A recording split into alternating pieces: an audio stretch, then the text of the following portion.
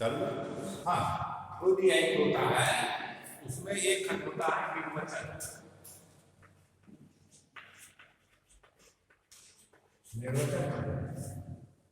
निर्वचन खंड को कहते हैं परिभाषा। परिभाषा कोई शब्द और पद, कोई शब्द या पद किस भाव में समझा जाएगा, पढ़ा जाएगा, उसका एक निश्चित व्यू होता है, निश्चित होता है। उसके इधर उधर आप भाव नहीं ले जा सकते।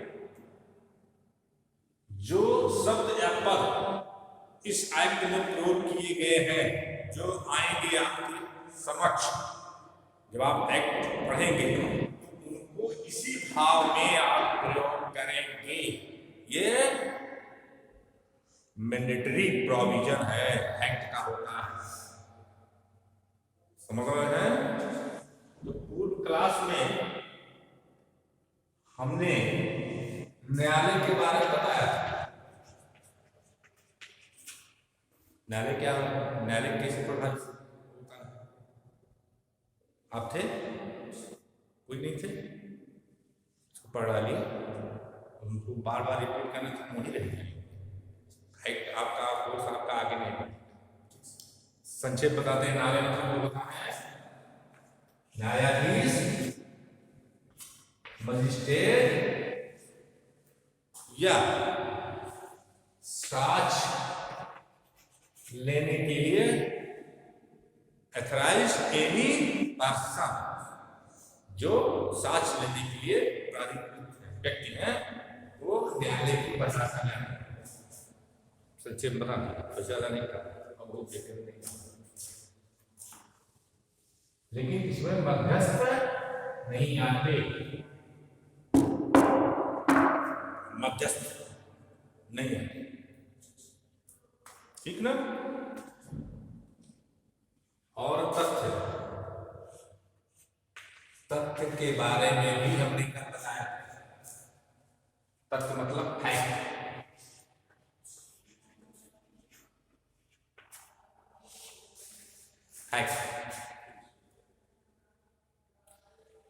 ये बहुत ही महत्वपूर्ण है, वेरी इंपॉर्टेंट है ये चीज।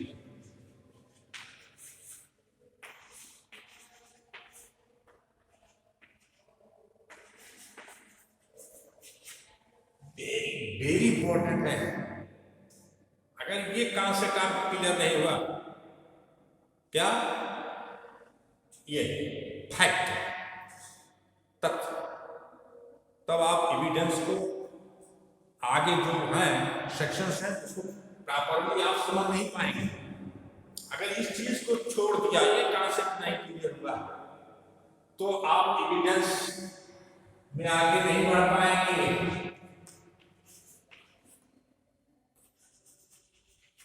एविडेंस में आगे नहीं बढ़े, आधार है, नींव है। क्या है?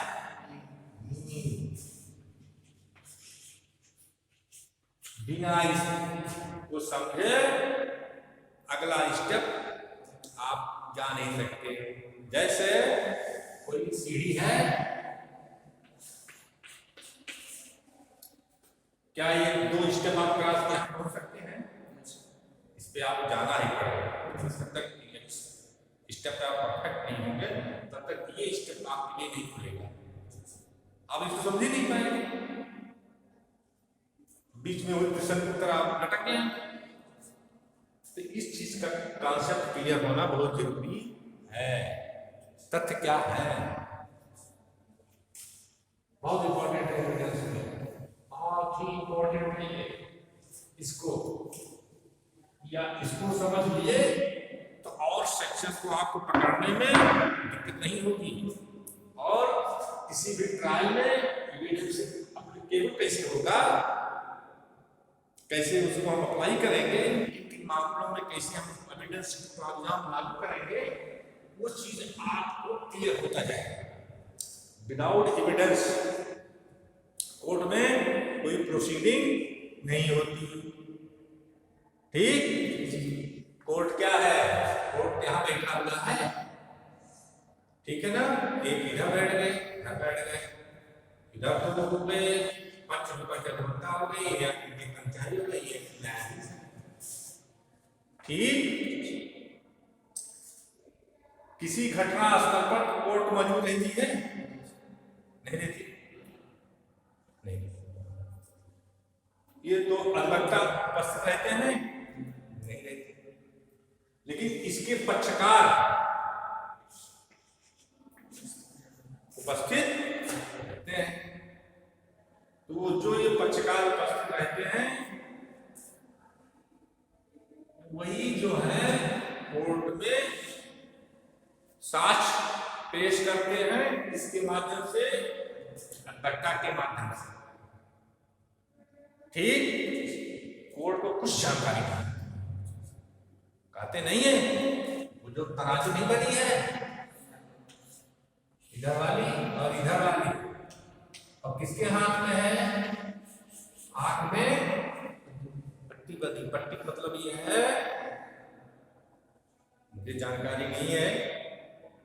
दूसरी बात, मैं निष्पक्ष निर्णय देता हूं, मैं किसी की देखा ताकि नहीं करता, पार्शियलिटी नहीं बरतता। इसलिए एविडेंस जो है कोर्ट की आई, आंख, साक्ष्य के ही माध्यम से ही कोर्ट किसी इवेंट यानी घटना को साकार रूप देता है। कैसे देता है? साकार रूप देता है। जैसे काल्पनिक एक घटना उसके दिमाग में आती, किसके बारे में? साक्ष्य के बारे में। ठीक। थोड़ा हम आपको है बता दें, तो आप लोग थे नहीं, कौन थे? क्या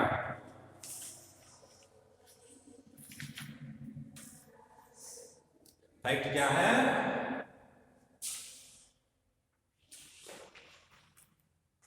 ऐसी कोई, बहुत इंपॉर्टेंट है, मैं रिपीट कर दे रहा हूं, ऐसी कोई वस्तु में सब कुछ आएगा। ऐसी कोई वस्तु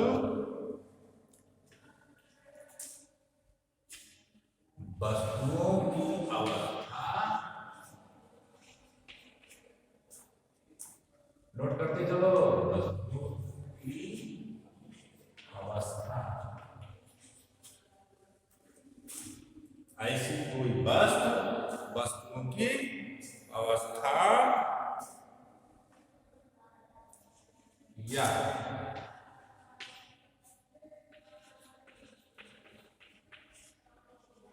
वस्तुओं का संबंध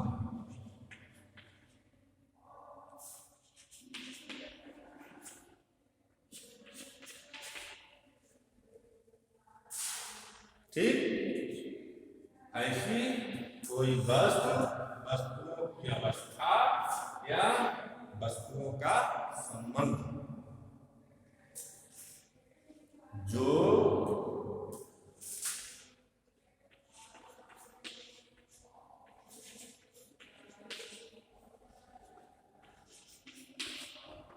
इंद्रियों द्वारा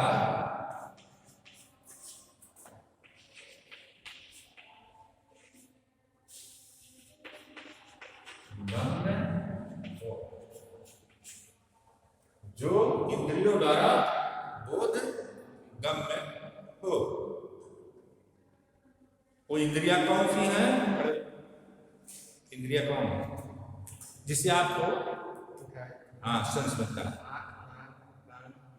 जी, स्पर्श। ठीक। अब इसी को मैं उदाहरण बताता हूं कैसे होगा।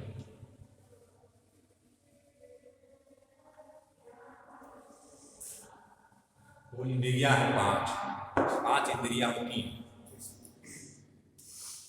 नंबर 1 आंख,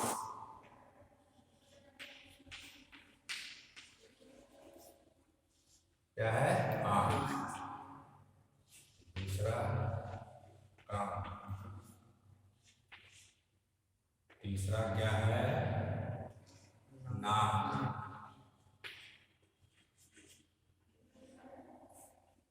चौथा क्या है?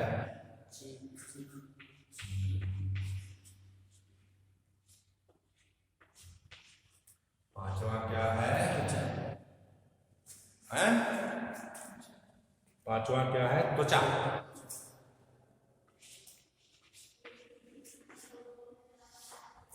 ये 5 इंद्रियां हैं ना, 5 इंद्रियां हैं। अभी मैं एक उदाहरण बता रहा हूं, 5 इंद्रियों का प्रयोग होगा। 5 इंद्रियों का प्रयोग होगा। उदाहरण क्या है? जैसे एक ग्रेविटी है, इसको आप क्या मान लीजिए? इत्र की शीशी मान लीजिए। क्या इत्र जानते जो सुगंधित होता है, ठीक? ये क्या है? इत्र। आपको दिख रहा है इत्र है ना, इत्र है।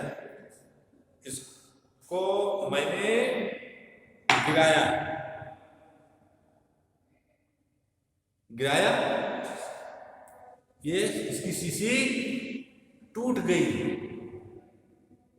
तो आंख से आपने देखा कि मेरे हाथ में इत्र था, ये भी देखा कि मेरे हाथ से ये छोड़ा गया। ये चीज देखा आंख से, इस इंद्रिय द्वारा। कान, आवाज आई, किस किस इंद्रिय द्वारा इसको आवाज सुना आपने? कान। हो गया, तो इंद्रिय आपने प्रयोग किया। तीसरी इंद्रिय नाक, इत्र क्या होता है? सुगंधित होता है। इत्र गिरने से क्या हो गया? सुगंधित हो गया। इसका भी, इस इंद्रिय का भी प्रयोग हो गया, ठीक? उस इत्र का कुछ स्वाद है, क्या है? मान लीजिए कसैला है, उसको आपने टच किया तो स्वाद आया, वो भी इस इंद्रिय का प्रयोग। और त्वचा, उसको आपने इसे टच किया, चिपचिपा लग रहा है, क्या लगा? तो इस इंद्रिय का प्रयोग हो गया। सारी इंद्रियों का प्रयोग हो गया, हो गया ना? सारी इंद्रियों का प्रयोग हो गया। अब जो आवाज सुना उसमें तो आपका कान की इंद्रिय लगी। जो आंख से देखा आपने, ये गिरा, टूटा, उसके टुकड़े इधर फैले, उधर फैले, इधर फैले, इधर फैले। ये सब चीजें क्या है? फैक्ट। क्या फैक्ट है? उसका सुगंधित, सुगंध उसका फैलना एक तथ्य है। आवाज आना गिरने के बाद, ये भी एक फैक्ट है। और उसके टुकड़े बिखरना, आंख दिखाना, वो भी फैक्ट है। स्वाद में कसैला है, वो भी एक फैक्ट है। वो चिपचिपा है, ये भी एक फैक्ट है। सारे भाग समझ गए ना? Concept clear? तथ्य क्या है? यही है। ये तो मैंने एक अपना उदाहरण बना दिया, इसमें सारी इंद्रियों का प्रयोग हो गया। और जैसे कोई मर्डर होता है, ये बी का मर्डर करता है, ठीक?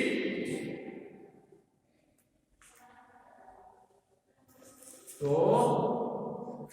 एक मर्डर करता बी का, बी ने जो अपनी आंखों से देखा, जो अपने कानों से सुना, वो क्या हो गया? है। और जिस स्थान पर जो चीजें अनसिस्टमेटिक हुई या उस हत्याकांड करने में जो व्यवस्था वहां की स्थिति बदली, उसको भी इन्होंने देखा, वो सब है। और इसी चीज को सी ने आंखों से देखा, बी के चिल्लाने की आवाज सुना, ये भी फैक्ट है। क्या है? फैक्ट है। और बी का उस स्थान की ओर जाना जहां उसका मर्डर किया गया है, ये भी एक फैक्ट है। उस स्थान पर ब्लड का पाया जाना, वो भी एक फैक्ट है।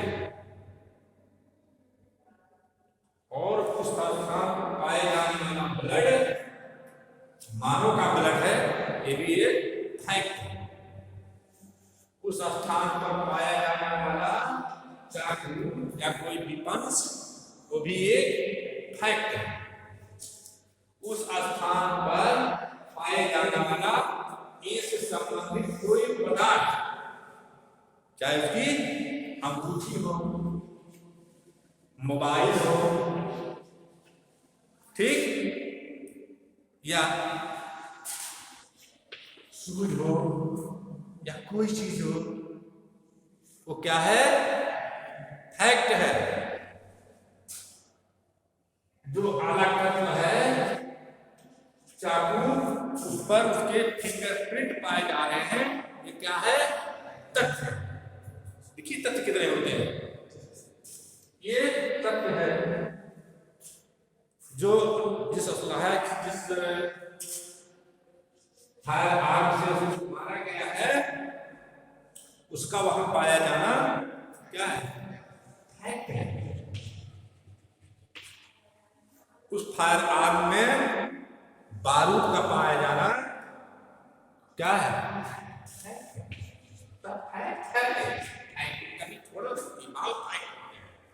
गोली मारी गई, नजदीक से मारी गई या दूर से मारी गई, ये भी एक फैक्ट है। नजदीक से मारी जाएगी तो गोली लगाकर मारी जाएगी, जहां गोली लगी वहां कालिमा का निशान होगा,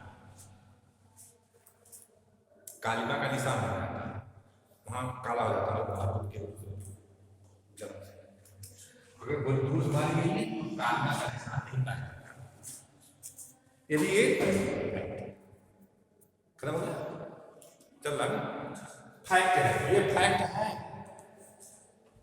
अब फैक्ट कॉन्सेप्ट क्लियर, कुछ हुआ, ये बहुत ही महत्वपूर्ण है। जब आप फैक्ट ही नहीं जान पाओगे, उस फैक्ट से कैसे कोरिलेट करोगे कि एक फैक्ट दूसरे से इसका क्या संबंध है? पहले फैक्ट समझो, फैक्ट का संबंध समझो। अब फैक्ट में जो आपस में वो है सुसंगत कैसे होते हैं, रिलेवेंस कैसे होते हैं, रिलेवेंट कैसे होगा, इसको समझिए। पहले तो आप फैक्ट समझो ना, क्या क्या फैक्ट हो सकते हैं। ये चीज है फैक्ट, ठीक ना? 5 इंद्रियों का प्रयोग जान गए ना? कोई दिक्कत?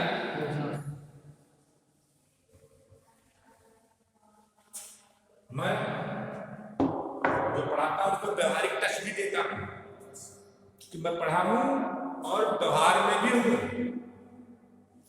थोड़ा क्लास में किया हूं, ना पढ़ता भी हूं और ना को एप्लीकेबल भी करता हूं, अप्लाई भी करता हूं। कहां? कोर्ट में।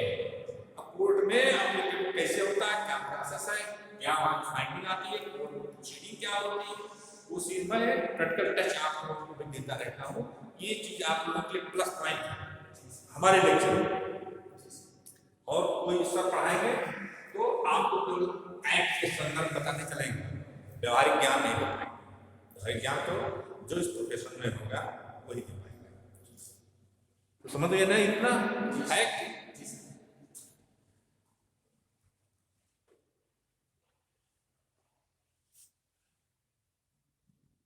दूसरा क्या है फैक्ट? ये तो एक आपने देख लिया, दूसरा क्या है?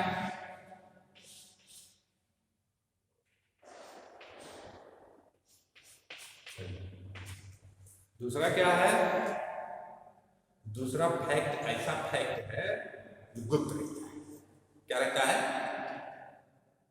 उसको परमात्मा जानते हैं या बहुत ही ब्रेन वाला आदमी उसको समझता है,